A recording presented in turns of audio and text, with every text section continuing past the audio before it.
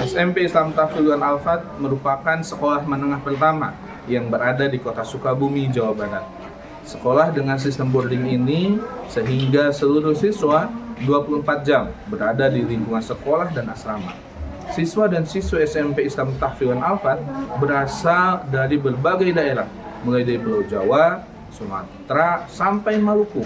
Hal inilah yang melatar belakangi kondisi siswa-siswa SMP Islam Tafwidul Al-Fat sangat beragam karena berasal dari suku bangsa yang berbeda, daerah yang berbeda, bahkan perbedaan bahasa. Pada tahun 2022, SMP Islam Tafwidul Al-Fat menjadi sekolah penggerak angkatan kedua dan mulai mengimplementasikan kurikulum merdeka. Salah satu pendekatan pembelajaran yang dilaksanakan di SMP Islam Tafwidul Al-Fat adalah pembelajaran berdiferensiasi. Pembelajaran berdiferensiasi ini sangat penting dilaksanakan di sekolah kami, mengingat kondisi siswa yang sangat beragam. Dengan pembelajaran yang berdiferensiasi, setiap siswa dapat berkembang sesuai dengan potensinya. Mereka akan lebih termotivasi dan semangat untuk belajar, karena materi yang disampaikan sesuai dengan kebutuhan dan minat bakat siswa. Selain itu, pendekatan ini dapat menciptakan lingkungan belajar yang beragam, sehingga memberikan pengalaman yang bermacam-macam bagi siswa sesuai dengan kemampuan dan pemahaman siswa yang berbeda-beda. Namun, yang terjadi di lapangan, proses pembelajaran belum sesuai dengan harapan. Artinya, kegiatan belajar tidak dirancang sesuai dengan kebutuhan dan karakteristik siswa yang beragam. Hal ini ditunjukkan dengan rendahnya motivasi belajar siswa yang berdampak pada hasil belajar yang rendah. Berdasarkan rapat pendidikan tahun 2023, terjadi penurunan pada beberapa aspek. Hal inilah yang melatar belakangi mengapa praktik baik ini penting untuk dilaksanakan. Setidaknya ada 3 alasan utama. Yang pertama, sebagai solusi untuk memperbaiki permasalahan rendahnya minat belajar siswa yang berdampak pada menurunnya kualitas pembelajaran. Yang kedua, sebagai motivasi bagi saya untuk terus belajar bagaimana menciptakan pembelajaran yang berdiferensiasi agar dapat mengakomodir kebutuhan belajar siswa yang beragam. Dan yang ketiga, agar dapat menjadi inspirasi bagi sekolah lainnya yang menghadapi permasalahan yang sama. Dalam praktik baik ini, sebagai kepala sekolah memiliki peran yang sangat penting untuk menciptakan lingkungan pembelajaran yang inklusif dan berdiferensiasi. Kepala sekolah bertanggung jawab untuk memfasilitasi perubahan yang sistemik, mengembangkan kebijakan pendidikan yang inklusif, serta memastikan fleksibilitas kurikulum dan penyediaan sarana yang sesuai kebutuhan murid, termasuk murid-murid yang berkebutuhan khusus. Kepala sekolah juga harus mampu berkolaborasi dengan para guru untuk merancang strategi pembelajaran yang berbeda yang sesuai dengan kebutuhan murid, serta melibatkan para murid dalam proses pembelajarannya. Setelah kami melakukan identifikasi dan refleksi, kami menemukan ada 3 permasalahan utama yang kami hadapi, yaitu 1. Karakteristik siswa yang berbeda-beda yang disebabkan oleh latar belakang keluarga, lingkungan, dan suku bangsa yang berbeda-beda. Yang kedua, kompetensi guru yang belum mampu merancang dan melaksanakan pembelajaran yang berdiferensiasi. Yang ketiga, fasilitas atau sarana dan prasarana yang terbatas, sehingga pembelajaran disampaikan dengan cara yang monoton, membosankan, dan kurang menarik, sehingga siswa kurang semangat dalam belajar. Untuk menjawab 3 tantangan di atas dan permasalahannya, saya berdiskusi dengan guru dan warga sekolah. Hasil dari diskusi kami melahirkan 3 langkah strategis bagaimana cara mewujudkan pembelajaran yang berdiferensiasi. Langkah pertama, melakukan asesmen. Kami merancang dan melaksanakan asesmen untuk para siswa, di mana dengan asesmen ini kami bisa mengetahui berbagai macam keunikan siswa, mulai dari karakternya dan gaya belajarnya. Asesmen yang kami lakukan adalah asesmen formatif dengan teknik observasi. Kami mengamati keseharian siswa secara berkala, kemudian mencatatnya dalam lembar pengamatan.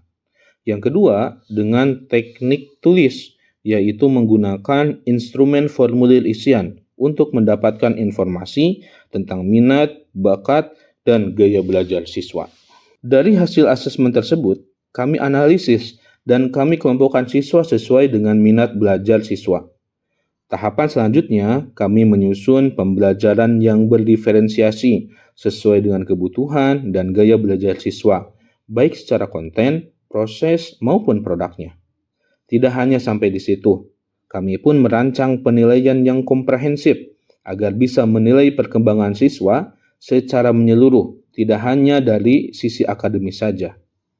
Dan yang terakhir, kami melakukan evaluasi dan refleksi untuk mengetahui perkembangan siswa dan efisiensi pembelajaran berdiferensiasi yang kami laksanakan. Hal ini kami lakukan untuk perbaikan yang terus-menerus. Langkah kedua, peningkatan kompetensi guru. Untuk mengatasi permasalahan kedua, yakni guru belum bisa merancang dan melaksanakan pembelajaran yang berdiferensiasi, kami melaksanakan beberapa program untuk meningkatkan kompetensi guru. Yang pertama, in-house training dengan tema merancang pembelajaran berdiferensiasi. Dalam IHT ini, kami mengundang narasumber yang kompeten, di antaranya pengawas sekolah, untuk memberikan materi pelatihan terkait dengan menyusun pembelajaran yang berdiferensiasi. Tidak hanya bersifat teoritis, para guru diberikan tugas-tugas yang dimana tugas tersebut nanti akan diperiksa oleh pengawas dan kepala sekolah untuk diberikan umpan balik agar guru bisa melakukan perbaikan-perbaikan. Mendorong para guru untuk aktif mengakses PMM sebagai sumber dan media belajar guru. Di PMM banyak sekali materi dan contoh-contoh implementasi pembelajaran berdiferensiasi. Dengan mengakses PMM, guru akan mendapatkan informasi dan inspirasi pelaksanaan pembelajaran berdiferensiasi yang sumber dari praktisi guru maupun kepala sekolah di sekolah lain yang telah melaksanakan pembelajaran berdiferensiasi dengan baik. Mengaktifkan Kombe Alfat atau Komunitas Belajar Alfat yang kegiatannya dilaksanakan 2 minggu sekali. Melalui komunitas belajar Alfat ini, para guru bisa saling berbagi praktik baik, berbagi pengalaman, bahkan bisa berbagi masalah untuk dipecahkan bersama-sama. Dan hal ini ternyata mendorong guru untuk berkolaborasi dalam melaksanakan pembelajaran yang berdiferensiasi. Langkah yang ketiga, kolaborasi. Untuk menyelesaikan permasalahan keterbatasan sarana dan prasarana dalam belajar, kami melakukan kolaborasi dengan lembaga-lembaga eksternal yang bisa mendukung pembelajaran para siswa. Di antaranya IFE2 atau Integrated Farm Education and Entrepreneurship, di mana lembaga ini memiliki lahan untuk pelatihan pertanian, peternakan, dan kewirausahaan. Di dalamnya ada peternakan bebek, peternakan ayam, budidaya ikan, budidaya maggot, pabrik tahu, pabrik senda, dan lain sebagainya. Dengan bekerja sama IFE, kami bisa membawa para siswa untuk belajar langsung. Bisa praktek membuat sendal, praktek mengurus bebek, praktek membuat tahu. Siswa bisa observasi dan bisa langsung belajar. Sehingga kegiatan belajar tidak terbatas hanya di kelas saja. Hal ini mampu meningkatkan motivasi dan belajar siswa. Yang kedua, kami bekerja sama dengan Museum Prabu Siliwangi. Letak Museum Prabu Siliwangi ini sangat dekat dengan sekolah. Dengan bekerja sama bersama Museum Prabu Siliwangi, kami dapat membawa siswa untuk berkunjung, sehingga siswa dapat belajar di Museum Prabu Siliwangi. Di sana, para siswa bisa melakukan observasi, pengamatan terhadap benda-benda peninggalan bersejarah pada zaman dahulu. Sebab di Museum Prabu Siliwangi memiliki banyak koleksi benda-benda bersejarah, mulai dari zaman praaksara, zaman aksara, zaman pra-kemerdekaan, zaman pasca kemerdekaan, dan menyimpan banyak artefak serta buku-buku kuno yang bisa dijadikan sumber belajar siswa. Yang ketiga, kami berkolaborasi dengan PS Sangmong Bodas.